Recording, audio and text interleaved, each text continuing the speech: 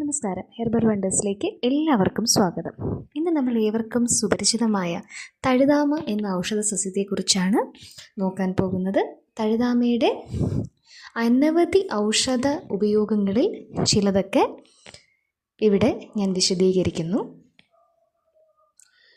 തഴുതാമയുടെ വേര് ചതച്ച് പാല് കാച്ചി കാലത്തും വൈകിട്ടും കഴിക്കുകയാണെങ്കിൽ പലതരത്തിലുള്ള ആൻറ്റിബയോട്ടിക്സ് പോലെയുള്ള മരുന്നുകളൊക്കെ കഴിച്ചുണ്ടായ ക്ഷീണം, അതുപോലെ തന്നെ മദ്യം കഴിച്ചതിന് ശേഷം വന്നിട്ടുള്ള ക്ഷീണം, ഇവയ്ക്കെല്ലാം പരിഹാരമാണ്. ഈ തഴുതാമയെ പുനർനവ എന്നാണ് സംസ്കൃതത്തിൽ പറയുന്നത്. കാരണം എന്താണെന്ന് വെച്ചാൽ തഴുതാമയുടെ ഓരോ പുതിയ ഇലനാമ്പിൽ നിന്നും ഈ ചെടി വളരുകയാണ്. അത് നമ്മുടെ ശരീരവുമായും വളരെയധികം ബന്ധമുണ്ട്. കാരണം ഈ തഴുതാമ ചെടിയുടെ ഔഷധ ഗുണം മനുഷ്യ ശരീരത്തിലെ ഓരോ സെല്ലിനെയും പുനരുജ്ജീവിപ്പിക്കുവാനുള്ള കഴിവുണ്ട് എന്നാണ്. അതുകൊണ്ട് തന്നെ നമ്മളുടെ മനുഷ്യ ശരീരത്തിൽ കൂടുതലും വെള്ളമാണല്ലോ. അപ്പോൾ ഈ വെള്ളത്തെ ഫിൽട്ടർ ചെയ്യുകയും അത് ശരീരത്തിൻ്റെ നാനാഭാഗങ്ങളിൽ എത്തിക്കുകയും എല്ലാം ചെയ്യുന്നത് കിഡ്നിയാണ്.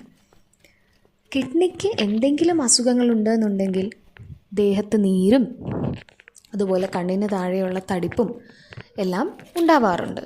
അപ്പോൾ അത്തരത്തിലുള്ള എല്ലാ മൂത്രസംബന്ധമായ പ്രശ്നങ്ങൾക്കും ഈ തഴുതാമ വളരെ നല്ലതാണ്.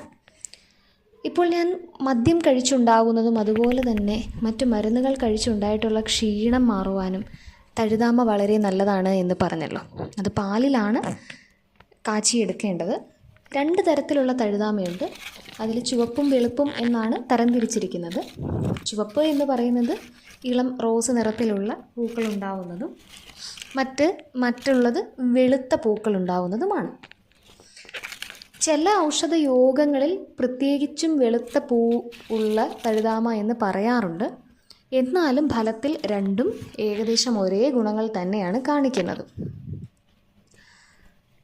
ലിവർ, സ്പ്ലീൻ റിലേറ്റഡ് ആയിട്ടുള്ള എല്ലാ അസുഖങ്ങൾക്കും വളരെ വളരെ ഫലവത്താണ് ഈ തഴുതാമ. അതായത് സ്പ്ലീനോമെഗളി, ഹെപ്പാറ്റോമെഗളി എന്നെല്ലാം പറയപ്പെടുന്ന അസുഖങ്ങളിൽ തഴുതാമ വളരെ നല്ലതാണ്. അതുപോലെ തന്നെ അസൈറ്റിസ്, അതിനും വളരെ നല്ലതാണ്. ഉദരസംബന്ധമായ സാധാരണ ഡൈജസ്റ്റീവ് പ്രോബ്ലങ്ങൾക്ക്, ദഹന സംബന്ധമായ പ്രശ്നങ്ങൾക്കും തഴുതാമ വളരെ നല്ലതാണ്. ഇപ്പോൾ ദഹന സംബന്ധമായ പ്രശ്നങ്ങൾ അല്ലെങ്കിൽ ഒരു overall immunity booster, health booster എന്നൊക്കെയുള്ള ലെവലിലാണ്, ആ രീതിയിലാണ് നിങ്ങൾ തഴുതാമയെ ഉപയോഗിക്കാൻ ആഗ്രഹിക്കുന്നതെങ്കിൽ മറ്റൊന്നും ചിന്തിക്കേണ്ട ആവശ്യമില്ല. ഒരുപാട് ഔഷധ യോഗങ്ങളെപ്പറ്റി ചിന്തിക്കേണ്ട ആവശ്യമില്ല. നിങ്ങൾ കുടിക്കുന്ന വെള്ളത്തിൽ 1 ലിറ്ററിന് 1 തഴുതാമ ചെടി എന്നുള്ള ലെവലിൽ ചതച്ച് വെള്ളം തിളപ്പിച്ച് കുടിച്ചാൽ മാത്രം മതിയാകും. സമൂലമാണ് എടുക്കുവാനുള്ളത് എന്ന് മാത്രം. അതുപോലെ തന്നെ സന്ധിവാതത്തിനും വളരെ നല്ലതാണ്. തഴുതാമയുടെ വേരും ചിറ്റരത്തെയും കച്ചോലവും ചുക്കും കൂടി സമമെടുത്ത് കഷായം വെച്ച് രാവിലെയും വൈകുന്നേരവും ആഹാരത്തിന് മുൻപേ കഴിക്കുന്നത്. ഇത് തുടർച്ചയായി 41 ദിവസം കഴിക്കണം. വെള്ളത്തഴുതാമയുടെ സമൂലം ഇടിച്ചു പിഴിഞ്ഞ് കഷായമാക്കി, അതുപോലെ തന്നെ ഈ തഴുതാമ വേര് കൽക്കമാക്കി എള്ളെണ്ണ കാച്ചി തലയിൽ തേച്ച് കുളിക്കുന്നത് തലകറക്കത്തിനും ഉറക്കക്കുറവിനും കാതിലുണ്ടാവുന്ന ശബ്ദതരംഗങ്ങളുണ്ടല്ലോ, ദുഗുദുഗ ശബ്ദങ്ങൾ, കാതിൽ ഉണ്ടാവുന്ന പ്രകമ്പനങ്ങൾ, അവയ്ക്കൊക്കെ ശമനമുണ്ടാകും.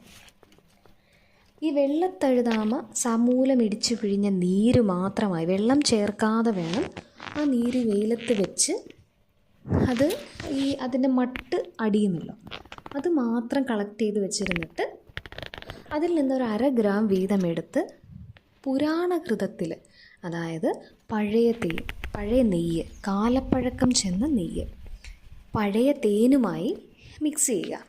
തേനിൻ്റെ പഴക്കത്തിന് കുഴപ്പമില്ല, പക്ഷെ തേൻ എടുക്കുമ്പോൾ ചെറുതേൻ എടുക്കണമെന്നുള്ളത് ശ്രദ്ധിക്കണം. അതിൽ മിക്സ് ചെയ്ത് ഒരു കൺമഷി പോലെ പാകത്തിനാക്കി കണ്ണിൽ ദിവസേന എഴുതുകയാണെങ്കിൽ എല്ലാവിധ നേത്രരോഗങ്ങളും ശമിക്കും. അതുപോലെ ചുവന്ന തഴുതാമ സമൂലം പറിച്ച് ചതഞ്ഞ് നീര് 15 മില്ലി വീതം രാവിലെയും രാത്രിയും കഴിക്കുകയാണെന്നുണ്ടെങ്കിൽ വൃക്കരോഗങ്ങൾ എല്ലാം തന്നെ ശമനം. അതുപോലെ ഈ തഴുതാമയുടെ വേര് മാത്രമായി കഷായം വെച്ചിട്ട്, കഷായം വെക്കുമ്പോൾ കുറച്ച് ക്വാണ്ടിറ്റി നമ്മൾ കൂടുതലായി എടുക്കുന്നത്, 25 മില്ലി വീതം കഴിക്കണം. അങ്ങനെ ചെയ്യുന്നതും വൃക്കരോഗം ബാധിച്ചാൽ അതിൻ്റെ കോംപ്ലിക്കേഷൻസ് ഉള്ളൂ. ശരീരത്തിൽ നീര് വരിക, അങ്ങനെയുള്ള പലതരം കോംപ്ലിക്കേഷൻസ് ഉണ്ടാകും. ആ കോംപ്ലിക്കേഷൻസിനെല്ലാം പ്രതിവിധിയാണ്. പിന്നെ കഫപ്രധാനമായ കാസരോഗത്തിന്, വല്ലാതെ കഫമിളകി വരുന്ന ചുമ, ആ ചുമയ്ക്ക് തഴുതാമയുടെ വേരും വയമ്പും കൂടി അരച്ച് തേനിൽ ചാലിച്ച് ഇടവിട്ട് 3-4 വട്ടമായി ദിവസേന സേവിച്ചാൽ മാത്രം മതിയാകും. അപ്പോൾ ഏകദേശം തഴുതാമയുടെ ഉപയോഗപ്രദമായ, നിങ്ങൾക്ക് ഉപയോഗിക്കാവുന്ന കുറേയധികം ഔഷധ പ്രയോഗങ്ങൾ വിവരിക്കുവാൻ സാധിച്ചു. ഇനിയും ലഭ്യമായിട്ടുള്ള മറ്റ് ഔഷധ ഗുണങ്ങളുമായി വീണ്ടും കാണാം. ആദ്യമായാണ്